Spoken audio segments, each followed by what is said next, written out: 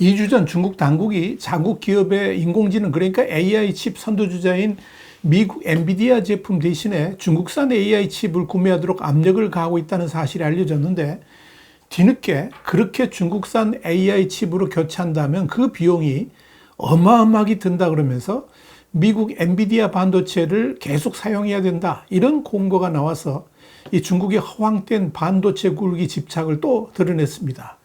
이와 함께 중국이 미국 등의 서방이 보유한 첨단 기술을 따라잡는 것은 영원히 불가능하다 이런 진단도 중국 내에서 나왔습니다. 여기에 대해서 Y타임스가 짚어봤습니다. 지금 시작합니다.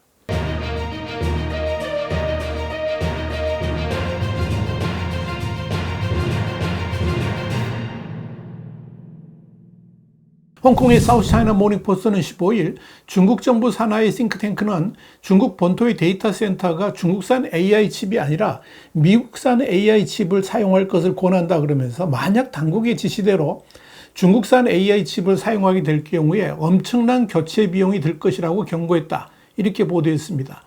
이런 경고를 발한 싱크탱크는 중국 공업정보화부 산하의 중국 정보통신기술원 CAICT인데 지난 13일 중국의 컴퓨팅 파워 발전 관련 보고서를 냈습니다. 여기서 상황이 허락하면 데이터 센터들은 엔비디아의 A100, H100 고성능 칩을 선택할 수가 있고 컴퓨팅 파워 수요가 제한적이라 그러면 H20이나 국산 대체품도 선택할 수 있다고 썼습니다. 중국 정보통신기술원은 미국의 제재 속에서 지난 3년간 중국 그래픽 처리 장치 그러니까 GPU 스타트업들이 하드웨어와 소프트웨어 모두에서 진전을 이루며 번창했다 그러면서도 엔비디아 GPU에 훈련된 모델들을 중국산 솔루션으로 전환하는 것은 하드웨어와 소프트웨어의 차이 탓에 복잡한 엔지니어링이 필요하다라고 지적했습니다. 엔비디아 칩은 중국 정보기술 기업들을 비롯해서 여러 분야에서 가장 필요로 하고 있지만 미국 상무부는 2022년 8월 중국군이 AI용 GPU 반도체를 사용할 위험이 있다면서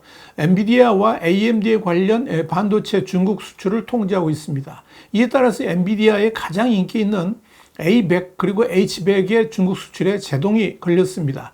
이에 따라서 엔비디아는 미국 규제에 걸리지 않는 중국 시장용의 저사양 칩 A800과 H800을 내놨지만 이 역시도 미국은 지난해 10월 중국으로의 수출을 금지시켰습니다. 이후 엔비디아는 바뀐 규제에 맞춰서 다시 중국 시장용 H20, L20, L2 GPU를 출시했습니다. 이와 관련해서 사우스차이나 모닝포스트는 그럼에도 불구하고 중국 서버 제작자들은 H20 주문에도 어려움을 겪고 있는 것으로 알려졌다고 전했습니다.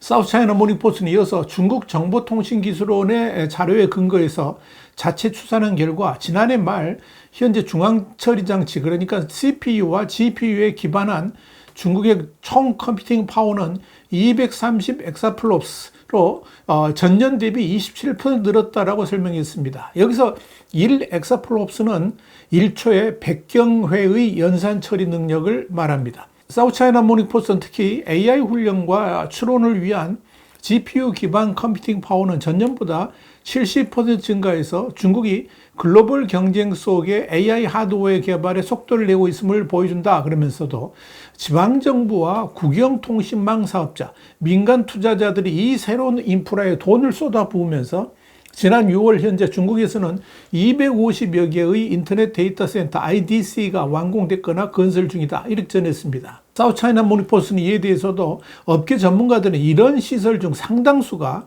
중국의 기술센터에서 멀리 떨어진 지역에 위치해서 유휴 상태로 방치되고 있어서 컴퓨터 과잉에 대해서 경고했다 그러면서 중국 정보통신기술원의 보고서에서도 중국의 대규모 IDC 구축이 수요와 공급의 불일치, 낮은 하드웨어 사용률, 잘못된 관리 및 낮은 데이터 품질로 인해서 상당한 피해를 줄 수 있다고 경고했다. 이렇게 밝혔습니다. 사실상 구매 금지 대상이 된 반도체는 엔비디아가 미국의 대중국 첨단 AI 칩 수출 금지를 피해서 기획한 중국형 H20 모델입니다. 지침에는 하웨이, 캄브리콘 같은 중국 AI 칩 기술 제품의 사용 비율을 높일 것을 권하는 내용도 포함되어 있습니다. 자, 그렇다면 중국은 이 첨단 컴퓨터 칩에 대한 미국의 제한을 우회할 수 있을까요? 사우스차이나 모닝포스트는 15일 또 다른 기사에서 1960년대 중국 과학자들이 소련과 미국의 기술적 봉쇄 노력을 극복하여 핵무기를 개발하는 과정은 오랫동안 중국 교과서에 자주 등장하는 주제였지만 분석가들은 오늘날의 첨단 기술 장벽을 극복하기는 더 어려울 수 있다고 경고하고 있다 그러면서 얼마 전까지만 해도 세계화 시대에 자란 젊은 중국인들에게는 이런 기술적 고립 상태로의 복귀는 상상도 할 수 없는 일로 여겨졌지만 중국은 현재 세계에서 두 번째로 큰 경제 규모를 자랑하며 중국 학생들은 과학, 기술, 공학, 수학 이걸 충칭해 가지고 STEM이라고 그러는데 이 STEM 분야에서 뛰어난 실력을 보여 세계적으로 명성을 얻고 있음에도 불구하고 미국의 중국에 대한 급속한 부상 우려로 새로운 기술 제한에 직면해 있다라고 설명을 했습니다. 사우스차이나 모닝포스트는 이어서 이런 제한은 현대 기술의 심장을 형성하는 하이엔드 반도체에 집중되어 있으며 중국이 미국에 크게 의존하는 분야이기 때문에 이런 과제는 전례가 없다 그랬습니다. 그러면서 이런 칩은 인공지능에서 양자 컴퓨팅에 이르기까지 미래의 핵심 분야의 동력을 공급할 엔진이기 때문에 하드웨어 자체를 넘어서 확장된다라고 지적했습니다. 사우스차이나 모닝포스트는 그러면서 인민대학교의 스이농 교수를 비롯한 많은 분석가들은 미국과 동맹국들이 세운 높은 울타리를 중국이 완전히 돌파한다는 것 자체가 불가능할 수 있다라고 말하고 있다. 이렇게 전했습니다. 이와 관련해서 정부 팅크탱크인 중국 현대국제관계연구소의 연구원인 천펑잉은 사우스차이나 모닝포스트에 하이엔드 반도체의 경우에 미국의 벽을 넘어서려면 앞으로도 엄청난 시간이 걸릴 수도 있고 우리가 결코 돌파구를 영원히 찾지 못할 수도 있다 그러면서 이것이 우리에게 닥친 현실이다 이렇게 꼬집었습니다. 2019년에 당시 선전에 본사를 둔 통신장비 대기업인 화웨이 테크놀로지에 미국이 제재를 가하면서 본격적으로 시작되었는데 이로 인해서 첨단 미국 기술에 대한 접근이 차단됐습니다. 그리고 3년 후 첨단 반도체 및 칩 제조 소프트웨어 수출에 대한 미국의 금지 조치가 모든 중국 기업으로 확대되었고 워싱턴은 이제 글로벌 반도체 공급망의 다른 주요 참여자들과 협력해가지고 중국을 둘러싼 울타리를 강화하고 있습니다. 뉴욕에 본사를 둔 컨설팅 회사인 유라시아 그룹의 수석 분석가인 도미닉 치우는 그런 다자간 접근 방식은 중국이 악용할 수 있는 허점을 막기 위한 보다 조율된 국제적 틀을 만드는 데 도움이 될 것이라 그러면서 수출 통제의 성공은 이제 네덜란드와 일본 같은 동맹국의 협력과 이들이 병행 제한을 부과하는 것이 정치적으로 가능한지에 달려 있다라고 설명했습니다. 또 베이징에 본사를 둔 독립 띵크탱크인 안바운드의 설립자인 창콩은 중국의 기술 업그레이드가 주로 서구에서 훈련받은 인재에 의존했다 그러면서 그런 방식은 중화인민공화국의 초기 원자폭탄 개발로 거슬러 올라가는 것으로 미국에서 훈련받은 중국 과학자들에게 크게 의존했다라고 설명했습니다. 창콩은 이어서 그렇기 때문에 중국이 기술적인 진보를 이루려면 당연히 서방 세계와 정상적인 교류를 유지해야만 한다 그러면서 그것이 담보되지 않는 한 중국이 기술 진보를 이루는 것은 지극히 비현실적이다 이렇게 지적했습니다. 물론 미국의 팅크탱크인 CSIS 같은 경우에 수출 통제로 인해서 중국이 미국 기술의 대체 공급원을 찾고 미국 기술을 완전히 우회하는 신기술을 개발하는 노력이 가속화되고 확대되었으며 궁극적으로 글로벌 반도체 공급망이 미국에서 벗어나도록 촉진되었다라고 주장하기도 했습니다. 그러나 중국의 첨단 산업에 대한 긍정적 평가는 실제로 중국의 현실보다 중국 당국이 발표한 자료들을 과대평가한 결과로 나왔을 가능성이 큽니다. 중국 사회과학원의 연구원인 류상은 화웨이 등 중국 기업들이 한때는 비교 우위와 국제노동 분업을 굳게 믿었기 때문에 전체 공급망에 걸쳐서 제조 역량을 구축할 시급한 필요성을 느끼지 못했다 그러면서 그러나 중국을 향해 각종 제재가 가해지고 있는 지금 상황에서 중국은 자체 산업 사슬을 개발할 수밖에 없는 상황이 되었기에 그 길로 나아가겠지만 그 과정은 험난할 것이다 이렇게 내다봤습니다.